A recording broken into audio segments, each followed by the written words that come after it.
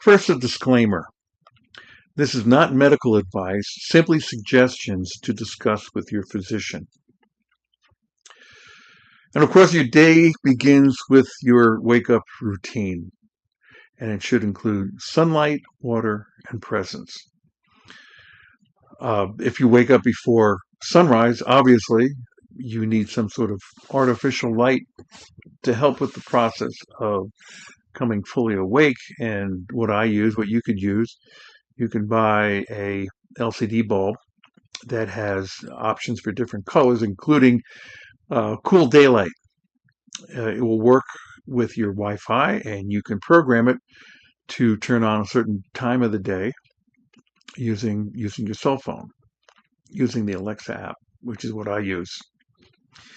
Next thing is water. And the night before, it's a good habit to have a nice jug of water, 16 to 32 ounces, that you can immediately start drinking upon awakening. And the next thing is a habit that we're all prone to, and that is looking at the cell phone, checking the news, checking email, getting distracted from advancing into the day. It's not a good idea. It's a habit we all need to break. And instead, we should think about getting up and about, meaning walking, and it would certainly help if the weather permits walking outside. And again, if the sun has risen, you get the benefit of the daylight acting upon your nervous system, help you embrace the day, so to speak. It's good exercise. It's good to do consistently. And especially for older adults like myself, the walking is a great routine to do consistently to help maintain balance, and it's just good exercise. As far as eating is concerned, there's some controversy about when you should have breakfast. Again, also how and when you should schedule all your meals. You don't necessarily need to follow the traditional 3 meals a day pattern, and some people who are looking to lose weight without taking a GLP-1 agonist will think about intermittent fasting. Again, this is something that you really need to discuss with your physician, because this impacts your current chronic health conditions and the medications that you take. So you really need extra advice when it comes to thinking about some sort of fasting routines, especially people in a older age group. At no time should you consider changing your behavior or the medications or supplements you take in isolation. It's never a good idea. And the whole idea of managing your health care should be done with the help of professional advice. The next tip I'm going to make is probably the most important in my mind. I think the most beneficial. People might know about it, but they don't take advantage of it. And that is to do the bullet journal thing. And what I use very large journal, A4. It's like 8.5 inches by 11 inches. And with that, what I do the night before, I make a list of the primary things I want to take care of the next day. And then I'm all set to go. And also during the day, you can chart your progress as far as adhering to your routines, such as drinking water and walking. Also, you can record your symptoms, the pain you might feel, the stiffness you might feel in your joint.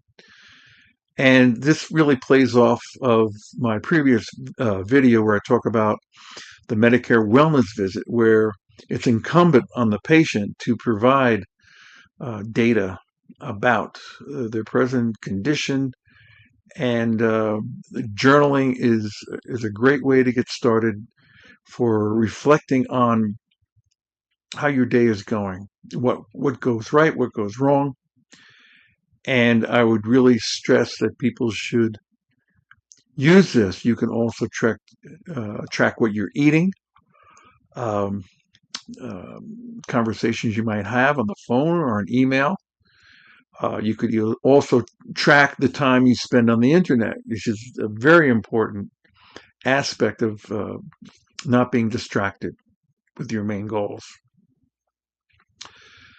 Your nighttime routine falls under the category of sleep hygiene. It's important to have an environment that's conducive to sleep. There are no alarms that will go off. There's no extraneous lights.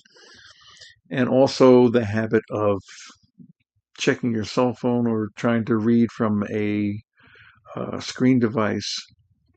Not a good idea, especially if the screen light is not adjusted. If it's mostly blue, then it's going to keep you awake. There are functions or apps on your phone or tablet that will change the color temperature of the light to a more orange hue, which supposedly is beneficial in helping you fall asleep. But in my mind, the best thing to do with the time right before sleep is to, number one, reflect upon the day.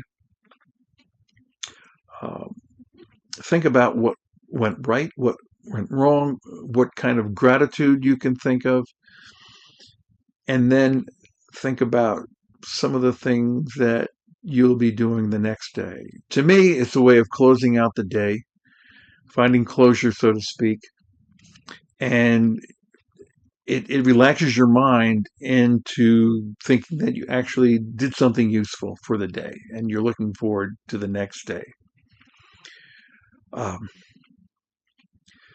The whole idea of these routines, these beneficial routines, these good habits, so to speak, is to improve your life. And one of the improvements should be seen as productivity. And there's two excellent books that I would suggest everyone to read if they haven't read already, and that is Atomic Habits by James Clear and Deep Work by Cal Newport. And if you're not familiar with Atomic Habits, it's all about seeking to make small change, 1% changes every day.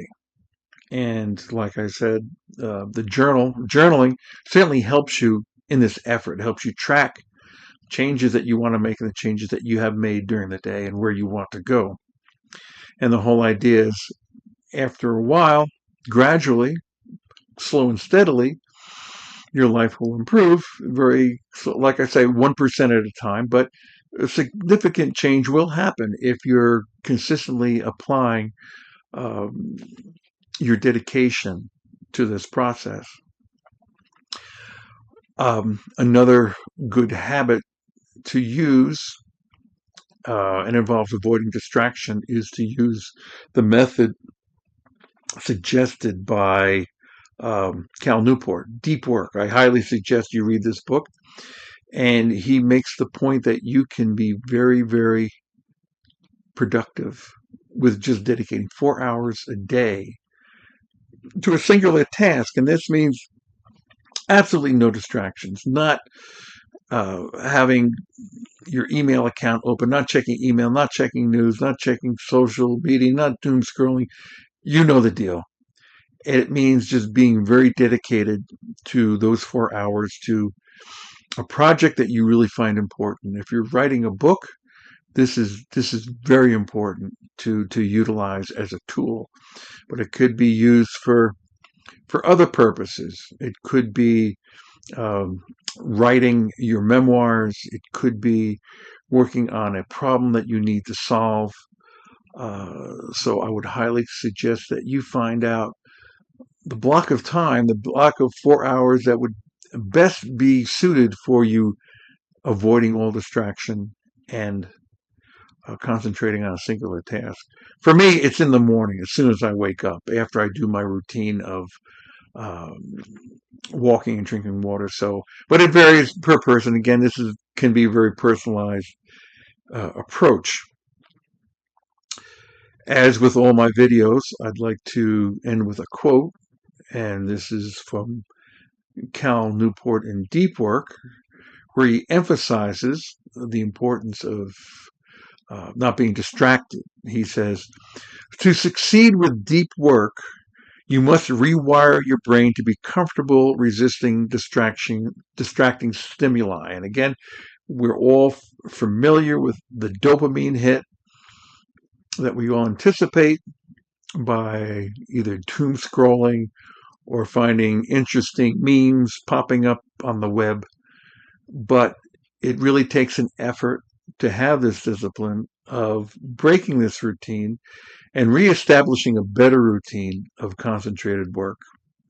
Again, I hope you find this information interesting and you can apply it to your own lives to make yourself a better person. So I invite you to subscribe and stay tuned for future videos.